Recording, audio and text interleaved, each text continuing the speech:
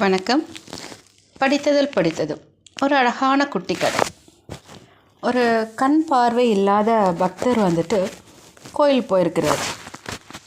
ரொம்ப நேரம் வரிசையில் நின்று சாமி தரிசனத்துக்காக காத்துட்டு இருந்திருக்காரு.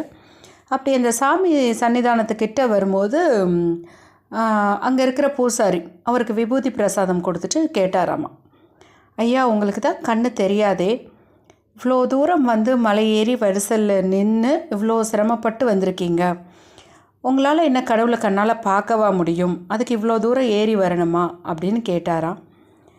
உடனே அந்த பார்வையற்றவர் அந்த பூசாரிக்கு பதில் சொன்னாராம், ஐயா, நான் கடவுளை பார்த்து அவருக்கு என்ன கிடைக்க போகுது, நான் இங்கே வந்தது நான் என் கண்ணார அவரை பார்க்கணும் அப்படிங்கிறத விட கடவுள் என்னை பார்த்தா போதும், என்னுடைய கஷ்டமெல்லாம் ஓடிடும் அப்படிங்கிற நம்பிக்கையில் தான் வந்திருக்கிறேன் அப்படின்னு சொன்னாராம்.